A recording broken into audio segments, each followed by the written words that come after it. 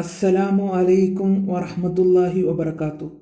സ്നേഹമുള്ള വിദ്യാർത്ഥികളെ, ഉറുദുവിൻ്റെ സബ്ക് തീൻ മൂന്നാം പാഠത്തിലേക്ക് എല്ലാവർക്കും സ്വാഗതം. ഈ ക്ലാസ്സിൽ നമ്മൾ പഠിക്കാൻ പോകുന്നത് 3 അക്ഷരങ്ങളാണ്.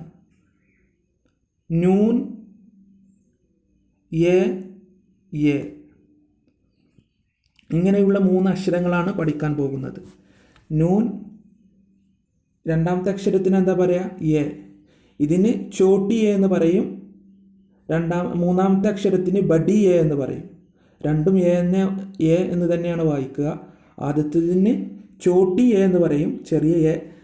മൂന്നാമത്തേതിന് ബഡി യെ എന്ന് പറയും. ഇങ്ങനെയുള്ള 3 അക്ഷരങ്ങളാണ് പഠിക്കുന്നത്. അപ്പോൾ നിങ്ങൾക്കൊരു സംശയം ഉണ്ടാകും, ഇതിപ്പോൾ നമ്മൾ പഠിച്ച ആൽഫബറ്റിക് ഓർഡറിലല്ലല്ലോ എന്നുള്ളൊരു സംശയം ഉണ്ടാവും അല്ലേ. നമ്മൾ പഠിച്ചത് അലിഫ്, ബെ, പെ, തെ, ടെ കഴിഞ്ഞിട്ട് പിന്നെ സെ അല്ലേ പഠിച്ചത്. പക്ഷേ ഇവിടെ വന്നിട്ടുള്ളത് അക്ഷരങ്ങളുടെ ഒരു എഴുത്തിൻ്റെ ഓർഡറിലാണ് ഇത് വന്നിട്ടുള്ളത്. നിങ്ങൾക്ക് എഴുത്ത് പഠിക്കാൻ വേണ്ടിയിട്ട് ഒരു എഴുത്തിൻ്റെ ഒരു ഓർഡറിലാണ് ഇവിടെ അക്ഷരങ്ങൾ നമ്മളെ പഠിപ്പിക്കുന്നത് കേട്ടോ. അപ്പോൾ ഈ ക്ലാസ് നമ്മൾ 3 അക്ഷരങ്ങളാണ് പഠിക്കുന്നത്: നെ, ചോട്ടിയെ, ബഡിയെ. ഇനി ആ അക്ഷരങ്ങളുമായി ബന്ധപ്പെട്ട ചില പദങ്ങളിലേക്ക് പോകാം. ഫസ്റ്റ് നമ്മൾ എന്താണ് കാണുന്നത്? ഒരു പുഴ, റിവർ അല്ലേ. റിവറിന് എന്താണ് ഉറുദുവിൽ പറയുക? നദി എന്നാണ് പറയുക.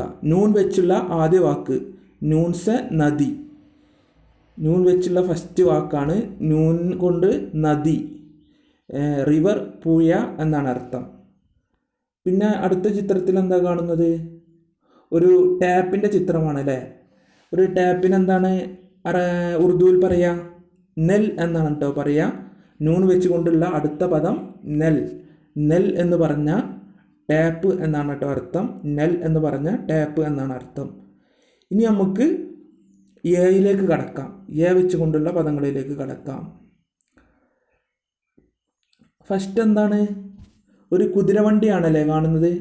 കുതിരവണ്ടിക്ക് എന്താണ് ഉറുദുവിൽ പറയുക? യക്ക എന്നാണ് കേട്ടോ പറയുക. യക്ക. യേ കൊണ്ടുള്ള ഫസ്റ്റ് വാക്ക് യക്ക. വായിക്കുന്നത് ശ്രദ്ധിക്കണം. യക്ക. യക്ക എന്ന് പറഞ്ഞാൽ കുതിരവണ്ടി എന്നാണ് അർത്ഥം. പിന്നെ അടുത്തത് എന്താണ്? ഒരു ചിത്രം കാണുന്നു. അതെന്താണ് സംഭവം എന്ന് നിങ്ങൾക്ക് മനസ്സിലായോ? ഇതാണ് സംഭവം. ഒരു കളിക്കുന്ന സാധനമാണ് തോന്നുന്നു. ഒരു ബോളോ അങ്ങനെ എന്തോ കളിക്കുന്ന സാധനമാണ് എന്ന് തോന്നുന്നു. അതിന് യോയോ എന്നാണ് പറയുക. യോയോ. ഒരു പക്ഷേ നിങ്ങൾക്കൊക്കെ അറിയാമായിരിക്കും. നിങ്ങൾ ഒരു പക്ഷേ കളിച്ചതായിരിക്കും. അതുകൊണ്ട് യോയോ എന്നാണ് പറയുക. അതിൻ്റെ ഒരു ചിത്രമാണ് ഞാൻ ഇവിടെ കൊടുത്തിട്ടുള്ളത്. യോയോ എന്നാണ് കേട്ടോ പറയുക. യോയോ. അപ്പോൾ യേ കൊണ്ടുള്ള മറ്റൊരു വാക്ക് യോയോ. അപ്പോൾ നമ്മൾ ഏതൊക്കെ വാക്കുകൾ പഠിച്ചു? ഒന്നും കൂടി റിവൈസ് ചെയ്യാം. നൂന് കൊണ്ട് നദി പഠിച്ചു, അതുപോലെ നെൽ പഠിച്ചു അല്ലേ. അതുപോലെ യേ കൊണ്ട് യക്ക പഠിച്ചു, യോയോ പഠിച്ചു. ഇനി നമുക്ക് കുറച്ച് വാക്കുകൾ വായിക്കാനാണ് തന്നിട്ടുള്ളത്. അത് എൻ്റെ കൂടെ വായിക്കട്ടോ നിങ്ങൾ. ഞാൻ വായിക്കുമ്പോൾ എൻ്റെ കൂടെ വായിക്കുക. പടോ പടോ പടോ പടോ എന്ന് പറഞ്ഞാൽ വായിക്കൂ. നാപ്പ്, നാത്ത. എൻ്റെ കൂടെ വായിച്ചോളൂ. നിങ്ങൾക്കൊരു ചടപ്പ് തോന്നാതിരിക്കാൻ എൻ്റെ കൂടെ വായിച്ചോളൂ. അല്ലെങ്കിൽ ഞാൻ അങ്ങനെ വായിക്കുമ്പോൾ നിങ്ങൾക്ക് ബോറടിക്കും. അപ്പോൾ ഞാൻ വായിക്കുമ്പോൾ എൻ്റെ കൂടെ നിങ്ങളും ഉറക്കെ എൻ്റെ കൂടെ ഇങ്ങനെ വായിച്ചോളൂ. നാപ്പ്, നാപ്പ്, നാത്ത, നാന, നാന, ആന, ആന, ബാന, ബാന, പാന, പാന. ഞാൻ 2 പ്രാവശ്യം വായിക്കുന്നുണ്ട് കേട്ടോ. താന, താന, ആൻ, ആൻ, ബാൻ, ബാൻ, താൻ. എൻ്റെ കൂടെ വായിച്ചോളൂ കേട്ടോ. താൻ, പാൻ, പാൻ, ഞാൻ, ഞാൻ. എൻ്റെ കൂടെ വായിക്കുക.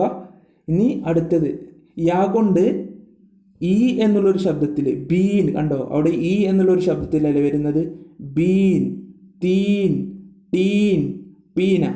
അവിടെയൊക്കെ ഒരു ഈ എന്നുള്ള ശബ്ദത്തിലാണ് വരുന്നത്. ബീൻ, തീൻ, ടീൻ, പീന എന്ന് പറയുമ്പോൾ. ഇനി എ എന്നുള്ള ശബ്ദത്തിൽ ഇവിടെ ഇ എന്നുള്ള ശബ്ദത്തിലായിരുന്നു. ബീൻ എന്ന് പറഞ്ഞപ്പോൾ ഇ എന്നുള്ള ശബ്ദമല്ലേ, ബീൻ.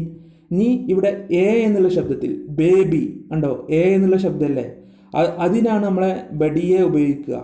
എ എന്നുള്ളൊരു ശബ്ദം വരാനാണ് നമ്മുടെ ബഡി എ ഉപയോഗിക്കുക. കണ്ടോ അവിടെ ആ ബായിൻ്റെ കൂടെ ഇട്ട് കൊടുത്തിരിക്കുന്നതാണ് നമ്മുടെ ബഡിയെ.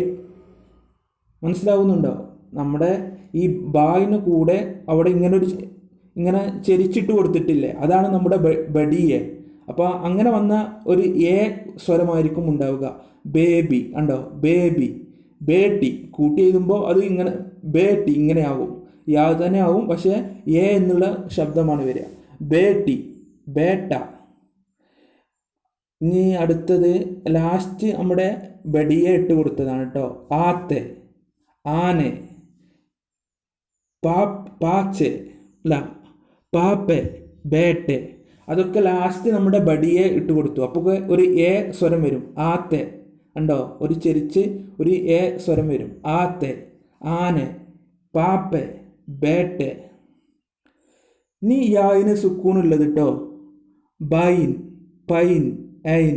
യായിന് സുക്കൂൻ വന്നത് ബൈൻ, പെയിൻ, ഐൻ.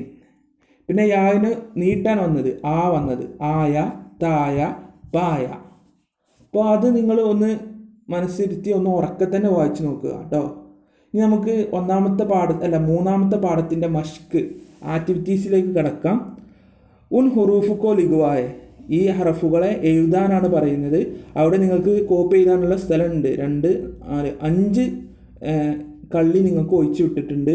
അവിടെ നിങ്ങൾ നിങ്ങളുടെ ടെക്സ്റ്റ് ബുക്കിൽ പെൻസിൽ കൊണ്ട് എഴുതി കൊടുക്കുക കേട്ടോ. നൂൻ, ചോട്ടിയെ, ബഡിയെ അതവിടെ പൂരിപ്പിച്ച് കൊടുക്കുക. ഇനി ലഫ്ദോക്കോ പടായെ, താഴെ തന്നിട്ടുള്ള ലഫ്ദുകളെ ഒന്ന് വായിക്കാനാണ് പറയുന്നത്. വായിച്ചോളൂ. പാനി പീന, പാനി പീന. എൻ്റെ കൂടെ വായിച്ചോളൂ. പാനി പീന. തീൻ പാൻ, തീൻ പാൻ. നാനാ നാനി, നാനാ നാനി.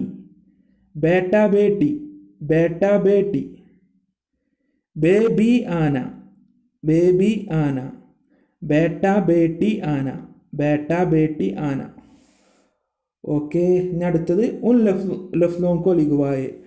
കുറച്ച് മുമ്പ് കോപ്പി ചെയ്താൽ തന്നത് ഹർഫുകളെ, അക്ഷരങ്ങളെ ആയിരുന്നു. ഇപ്പോൾ വേർഡ്സുകൾ കോപ്പി ചെയ്താൽ പറഞ്ഞിട്ടാണ്. അവിടെ ആൻ അവിടെ എഴുതി കൊടുക്കുക. നാപ്പ്, ബീൻ, ബേബി, പാന അതൊക്കെ അവിടെ പൂരിപ്പിച്ച് കൊടുക്കുക കേട്ടോ.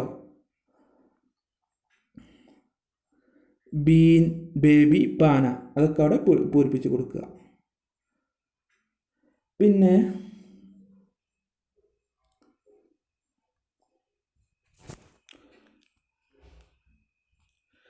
ഇനി എന്താണ് നുക്തോം കി മദദ് സെ ലഫ്ദ് ബൻവായെ. നുക്തോം എന്താണ്? നുക്തോം എന്ന് പറഞ്ഞാൽ പുള്ളികൾ എന്നാണ് കേട്ടോ അർത്ഥം.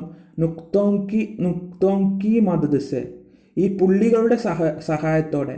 മദദ് എന്ന് പറഞ്ഞാൽ ഹെൽപ്പ്, സഹായം എന്നാണ് കേട്ടോ ഉറുദുവിൽ അർത്ഥം. മദദ് എന്ന് പറഞ്ഞാൽ സഹായം എന്നാണ് അർത്ഥം. അപ്പോൾ നുക്തോം കി മദദ് സെ, പുള്ളികളുടെ സഹായത്തോടെ ലഫ്ദ് ബൻവായെ, ലഫ്ദ് ഉണ്ടാക്കാനാണ് പറയുന്നത് കേട്ടോ.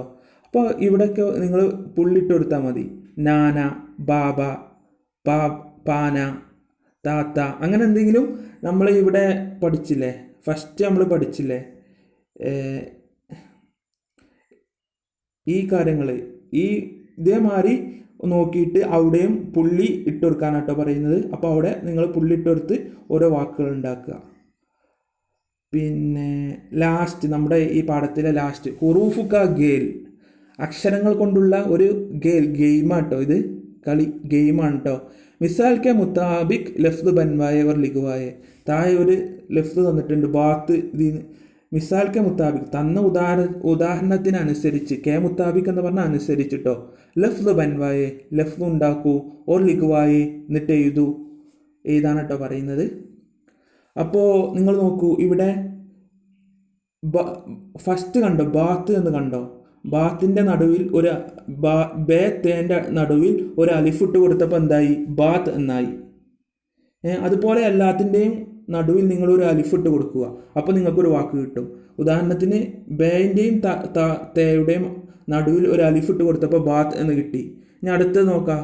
പേനെ, പേയുടെയും നൂനിൻ്റെയും നടുവിൽ ഒരു അലിഫിട്ട് കൊടുത്താൽ നമുക്ക് എന്ത് കിട്ടും?